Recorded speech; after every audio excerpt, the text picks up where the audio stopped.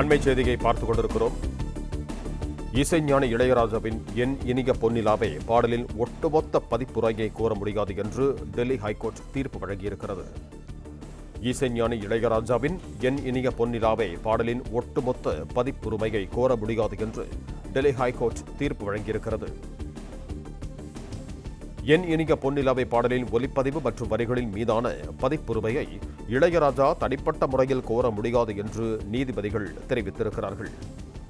பதிப்புரிமை தொடர்பாக இளையராஜா தாக்கல் செய்த மேல்முறையீட்டு மனுவை டெல்லி உயர்நீதிமன்ற அமர்வு தள்ளுபடி செய்து தீர்ப்பு வழங்கியிருக்கிறது. கூடுதல் விவரங்களோடு இணைகிறார் எமது செய்தியாளர் நிரஞ்சன். வணக்கம் நிரஞ்சன், உங்களிடம் இருக்கும் தகவல்களை சொல்லுங்கள்.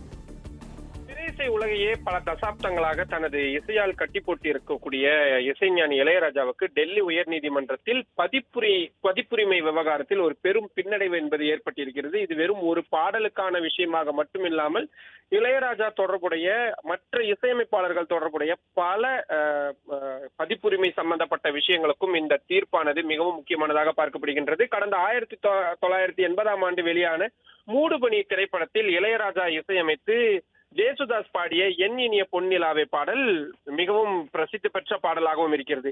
இந்த பாடலை அண்மையில் வெளியான அகதியா என்ற திரைப்படத்திற்காக இளையராஜாவின் மகன் யுவன் சங்கர் ராஜா ரீமேக் செய்து பாடியிருந்தார்கள். இந்த விவகாரத்தில் தங்களிடம் இருக்கக்கூடிய அந்த உரிமையை தங்களிடம் எந்த விதமான அனுமதியும் கேட்காமல் இளையராஜா தனது மகனுக்கு கொடுத்திருக்கின்றார் என்ற ஒரு குற்றச்சாட்டை முன்வைத்து இந்த பாடலின் உரிமையை கைவசம் வைத்திருக்கக்கூடிய சாரிகாமா இந்தியா லிமிடெட் நிறுவனம் டெல்லி உயர்நீதிமன்றத்தில் வழக்கு ஒன்றை தாக்கல் செய்கிறார்கள். அதில் தனி நீதிபதி ஒரு இடைக்கால உத்தரவு என்பதை பிறப்பிக்கிறார். இந்த உத்தரவை எதிர்த்து இளையராஜா தரப்பில் டெல்லி உயர்நீதிமன்றத்திலேயே மேல்முறையீடு என்பது செய்யப்படுகின்றது. இந்த மேல்முறையீட்டு மனுதான் இன்று தள்ளுபடி செய்யப்பட்டிருக்கிறது. அது மட்டும் இல்லாமல் ஒரு பாடலுக்கான அந்த இசை படைப்பு என்பதை மட்டும்தான், அதாவது பாடலின் இசை மட்டும் மெட்டுக்களை மட்டும்தான் இளையராஜாவால் காப்புரிமையாக உரிமை கொண்டாட முடியும். ஒரு இசையமைப்பாளரால் அது மட்டும்தான் செய்ய முடியும். மற்றபடி அதில் வரக்கூடிய வரிகளையோ அல்லது இறுதி ஒளிப்பதவியோ இசையமைப்பாளர் எந்த வகையிலும் உரிமை கொண்டாட முடியாது என்று சொல்லி இருக்கிறார்கள். அதே போல காப்புரிமை சட்டம் சட்டப்பிரிவு 2 உட்பிரிவு F படி ஒரு திரைப்படத்தில் இடம்பெறும் பாடல்களின் ஒட்டுமொத்த ஒளிப்பதிவு உரிமையையும் அந்த படத்தின் தயாரிப்பாளரிடமே இருக்கும்.